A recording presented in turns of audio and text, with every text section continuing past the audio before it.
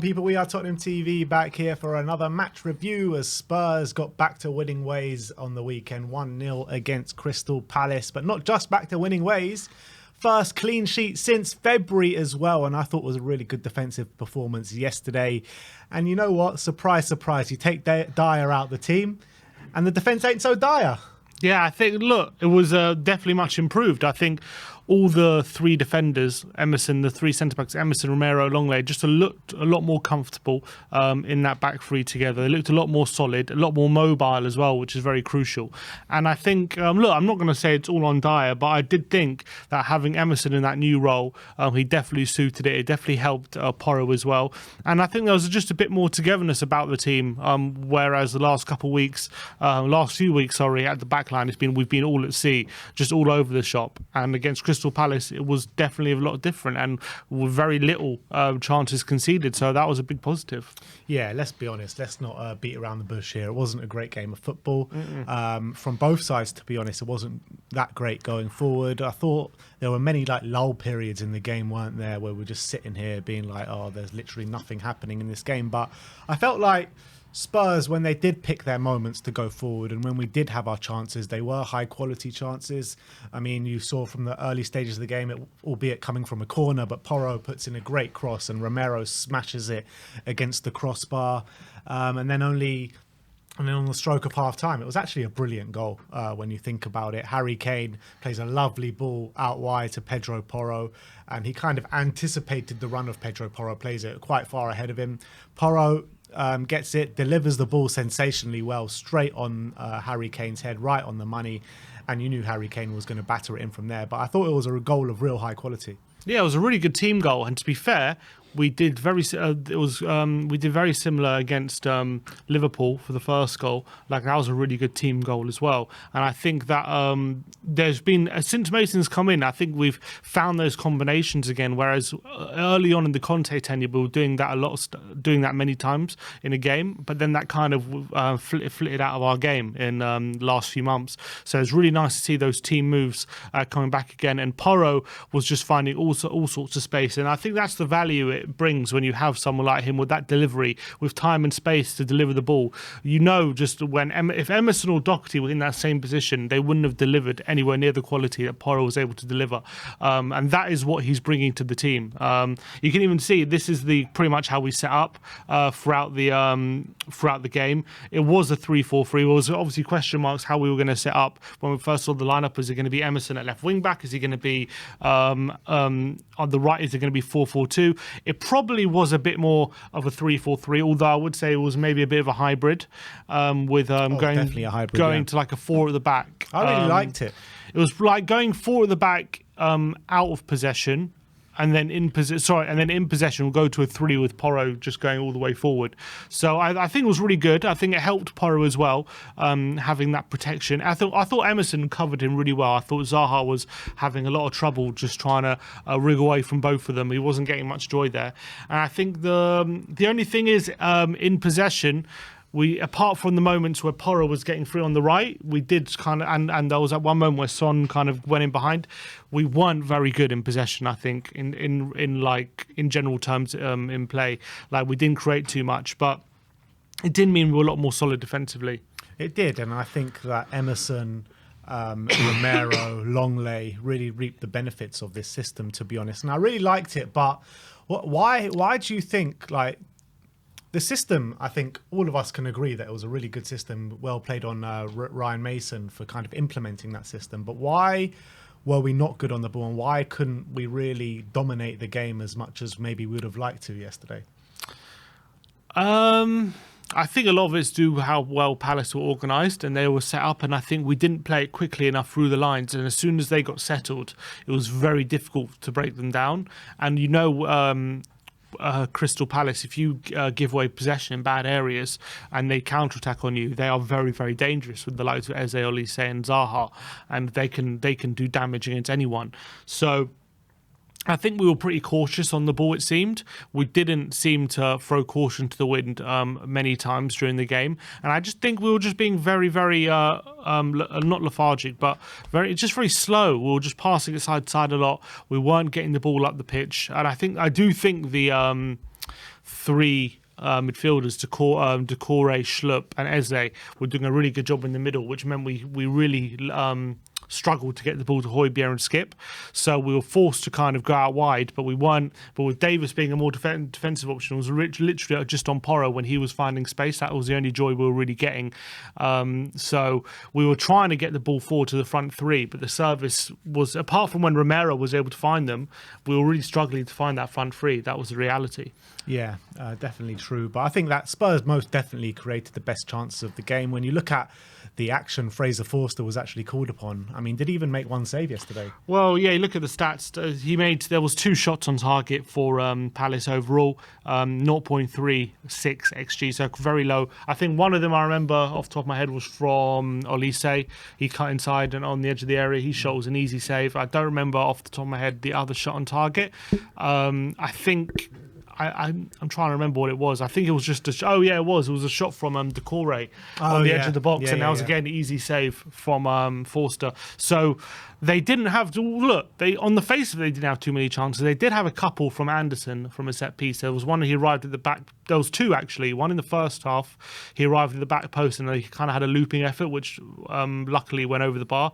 And then there was one in the second half which he arrived at the back post again, and it rolled across the face of the goal, and Kane was able to clear. So they had a couple from a set piece. Yeah, there was actually a few openings from open play that Palace had as well, but they just had poor finishing on the day. I think Eze had one, yeah. Eze had one. I think Zaha might have had one as well. He had one where it would have been one of the goals of the season if he would have got it in. Yeah, absolutely. But I think that they did have openings where they did carve our defence open at times, but it was just poor finishing really that let them down on the day. But I think that on the whole, the defence stood up for the team, and Cuti Romero, man, what a performance from him yesterday. And the stats from Romero yesterday, I mean, first in touches on the pitch, 96 touches, first in clearances, 7 clearances, first in interceptions, 5, first in recoveries with 12, and first in duels 1 as well, 9 out of 11. And those are the performances where you think like, wow, this guy can really explode, especially in the Premier League. And it was just night and day to maybe his performances. He wasn't rash. He was calm and collected. His decision making was absolutely spot on. He didn't make a foul throughout the whole game. His challenges were absolutely on point. His playing out the back as well, I thought was really good.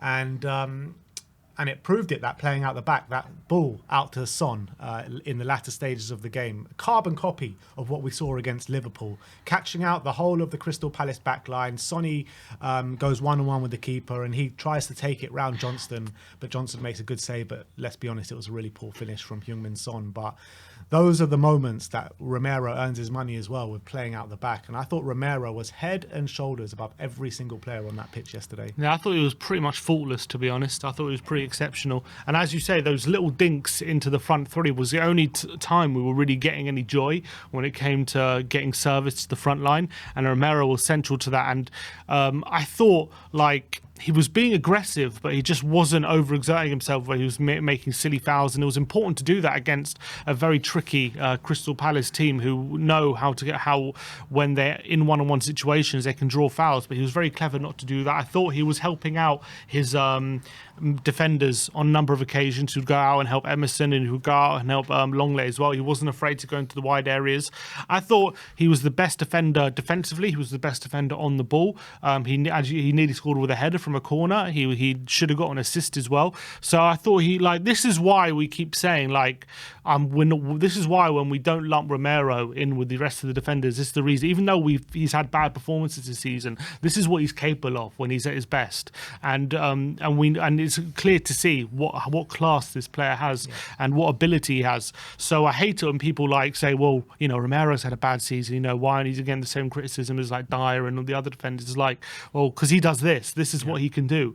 Yeah. Dyer isn't capable of these level of performances, and this is proof. Proof is in the pudding about how good this guy can be. And I'm so certain when we have a good manager in place and a system in place, this guy is going to fly, and he's going to be one of the best defenders in the league. I'm so sure of it, because he oozes class and he oozes ability. And when he's not stretched too much, and he can focus on not covering everyone's mistakes, he can put in exceptional displays like this. Yeah, and I actually noticed something with Romero yesterday where you know, he's had a lot of criticism in the past where he just dives into challenges, makes needless fouls where he doesn't need to make them.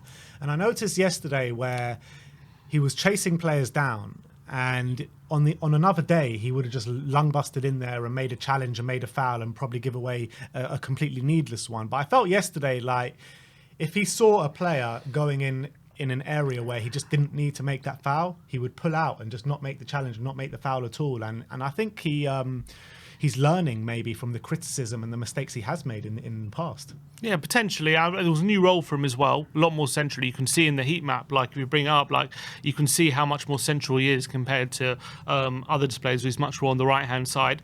So I think maybe he took on that extra responsibility, having that new role of leading the line, essentially. Whereas usually he has Dyer next to him, who's obviously supposed to be the leader, and he's supposed to be like the one giving out the instruction. He's the one supposed to be calm and composed in the centre. It looks like Romero took the mantle in this performance, and I was really happy with him. I agree. I think he was a lot more composed, and that's when he's at his best, when he's kind of treading that fine line between being overly aggressive and having that and using that class. And I think when he goes one or the other, sometimes like it can be a problem. But I think he did brilliantly this time around.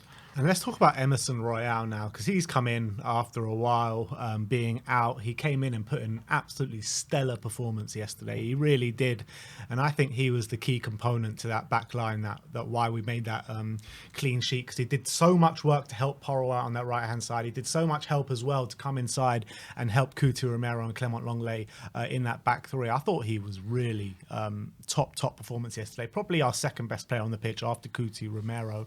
And it makes me think about when Stellini, when he was our manager, he was saying, well, you know, we want to change it up a little bit, but we can't because we've got players injured. Maybe this is what he was alluding to, bringing Emerson into a back three. Maybe. We've been calling for it for a long time.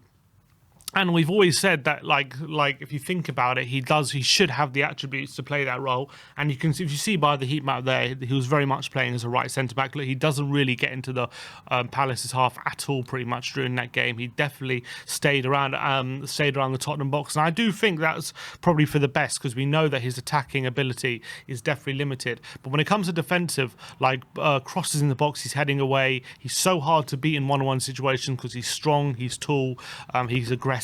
And if he can adapt his game to play this role, especially if like either a right back in a back four or the right centre back in a back three, I think he adds a lot of value in that versatility as well. And I think he does have some work to do when it comes to getting the ball to feet and then like under pressure, playing out the back and playing through opposition teams' presses.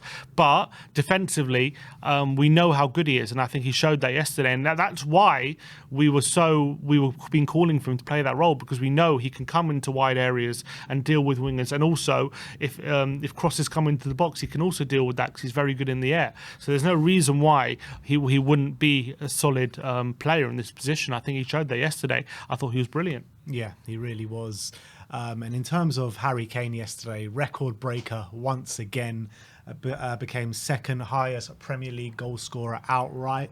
I don't think it was his strongest display yesterday. I felt like his passing let us down a little bit, but look, we win 1-0, he gets the goal, and it was a high quality goal at that. But it wasn't just going second in the Premier League charts yesterday that he was breaking records for. He now broke the record for most ever London derby goals, most 25 plus goal seasons, most headed goals in a single Premier League season, and first player to reach 100 plus home and away goals in the Premier League. I mean, you're talking about, I know everyone's going to clown on him for no trophies and this and that, but you are talking about now a proper legend of the Premier League. 100%. And wherever people, like I hear Micah Richards yesterday saying, I don't know how Kane sleeps tonight having not won anything. And it's like Kane will be remembered long after Micah Richards is remembered, just because Micah Richards has a Premier League title to his name. Like Harry Kane has cemented his legacy 100%. And as you say, you talk about Premier League greats here. Where does Micah Richards come into the conversation? How many Premier League? He's got one Premier League, right? Yeah, but no one's going to remember him for playing football. He's a great pundit, and people now know him more for his punditry mandatory than playing football. That's the reality. So the fact that he sits there and says, how does Kane sleep at night? Like he's got to realise that Harry Kane has a legacy, not just for Spurs and not Premier League for England, but now the Premier League as well. That's going to long outlast a lot of other players who have won more trophies than him. So I think he sleeps pretty nicely. Let's get it right, yeah. Nobody remembers Alan Shearer for the Premier League he won. Nobody remembers that Alan. I mean, when you talk about Blackburn winning the league, I mean, first of all, a lot of the new generation don't even know that Blackburn won the league, but they all know that Alan Shearer is the top Premier League goal scorer of all time. You know what I mean? So I think all this stuff is a complete fallacy. Exactly. Shearer's not a legend because he won the league. He's a legend for all those goals he scored. That's why he's on Match of the Day every week. That's why he's so revered. It's there's a reason why Sherwood and other people who won the league with Blackburn aren't as revered as Shearer is because of what he's done after Blackburn, not there. Anyway, it wasn't his best game yesterday, as you say. He only had 39 touches, and his passing as well, only a 60% passing accuracy rate. So he wasn't that involved in the game at all. As you can see by his heat map, he wasn't very involved at all, to be honest. Very little touches. But when he did get on the ball, I think he did provide a threat. He had that. He was heavily involved in the goal that he scored, even in the build-up. He played a really nice through ball as well to Højbjerg, who probably should have done better when he went in behind. That was a nice bit of play from Harry Kane. Second half, I guess we didn't see too much of him, but he did work really hard for the team, tracking back, making sure he was doing the hard yards for the team. So I don't think it was I think what he did well, but he just wasn't so involved. It was a very quiet game for him, but he did obviously get that goal. 25 Premier League goals. 25 or 26 now? 26. 26 Premier League goals. I think it is 26. Yeah, I think we've got 20. I'm pretty sure it's 26 now. 26, yeah. 26 Unbelievable. goals, 3 assists. With 3 games to go, I mean, we're talking, he hasn't probably hit 30 since. He's only hit 30 once, house in 2018. I mean, he has to get 4 in his last 3. I wouldn't put it past him. This is but his unbelievable. Third highest ever goal scoring season. Yeah. So 17-18 he got 30, 16-17 he got 29, and then in 15-16 he got 25. And then the last time he hit, the last time he hit over 20 was 2 years ago under Mourinho. Which is mad because after he had those 2 mad seasons, he kind of, I wouldn't say he went down, but like he had like he 17 and 18. He got 17, 18, then like 21, then he got like 23. 21, 23, and then 17. And now so 26. he went the last 4 seasons. He only hit 20 once. Yeah, but you got to remember the last 2 seasons that new role propped up for him, and he started getting so many assists. Yeah, but I'm just saying now he's like come back again. He's now 29, and he's come back in this season with 26 goals, showing that he could easily he's going to obliterate that Shearer record, man. He could he could go easily for another few years getting this amount of goals. Honestly, he's at 60 odd behind, 50 something behind. Yeah, well, he's on 209 and Shearer's 260, so 51 behind. Yeah. That's 2 seasons probably. Yeah. And that's it, and he'll break it. So, astonishing from Kane. That's the question. But look, it wasn't. Yeah, as you said, it wasn't his best game. But he does seem to be getting more headed goals, as shown by that stat: 10 headed goals this season. That is something as well. I feel like that's one of my main criticisms of Kane. I feel like he's so good in the air, and he hasn't maybe made the most of it throughout his career. But there you go, 10 goals. Right, when you're comparing Harry Kane to Wayne Rooney, right? Obviously, Wayne Rooney is considered as a great Premier League goal scorer, and he's third in the charts, so rightly so. But Wayne Rooney got 208 goals in 491 appearances. Harry Kane has just beaten that in 317. Yeah, so it's madness. It's mental. And not only that, but Wayne Rooney was in title-winning Man United sides over and over again. Champions League winning United sides not over and over again, but I think once. Champions League winning side for Man United, but 491 appearances, that's well over 100 less. Exactly, it's crazy. Mental. It's and that goes to show the levels and the level of goal scoring, because Rooney was a consistent goal scorer for many, many years. And he did have some really good years, but Kane has just obliterated it, absolutely obliterated it. What an achievement. What a man as well. Yeah, I couldn't agree more. Look, Mason, I think that you got to give him all the props he deserves. The hybrid system yesterday, the way we showed fight backs in games against Liverpool and Man United, the clean sheet yesterday. So, I mean, I think that we can all agree that we would want a higher caliber manager than Mason coming in next. Nagelsmann on the list, Arne Slot, Xabi Alonso, all these kind of managers. Obviously, we would prefer them to Mason. But is Mason showing his credentials right now? I mean, yes, I guess. I mean, he's definitely improved things, that's for sure. We definitely look better, but I'm not going to say I'm convinced that he could be the number one at the club just based on these three games. I definitely think the players like him, but it's all about whether he has the look. He clearly can change things tactically. He's seen that with bringing Emerson and stuff like that. But I do question over a long stretch of a season, like, does he have that tactical structure within him to coach a team to play really good attacking football? Like, we've seen it with Nagelsmann, how he can take a team from relegation to Champions League within a season because of the way he approaches football. Like, does Mason have that kind of ability in him? I don't know. I question that at this stage anyway. He's still 31. He's still very, very young. I know Nagelsmann started coaching at a similar time, but I guess you only know when you get the opportunity to do it. But I wouldn't just base it on these three games. Like, it's not like we played great football yesterday. But again, he's only had a short amount of time with the player, so I don't want to criticise him too much because it's not an easy job he's come into, and he's done well to get the performances he has out of the team.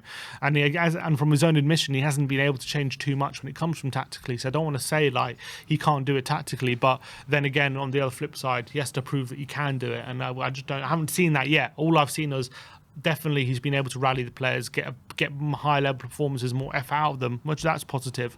But from a tactical standpoint, I still think there's things he has to prove. Yeah, I think that's fair enough, to be honest. Would you think he could be a future manager from what you're seeing? Yeah, I think so. I think he's definitely proven to be flexible tactically and come up with different solutions to problems, which, the Emerson thing, he's done that as soon as Emerson's come back, he's done it, where we've been calling for Conte to do it for so long, and he's been stubborn in not even trying Emerson at right centre-back when it was an obvious thing to try. So I think that's positive for sure, and I think everyone likes him. And I think he's been studying as well, for a while, because he's been obviously retired for a few years now.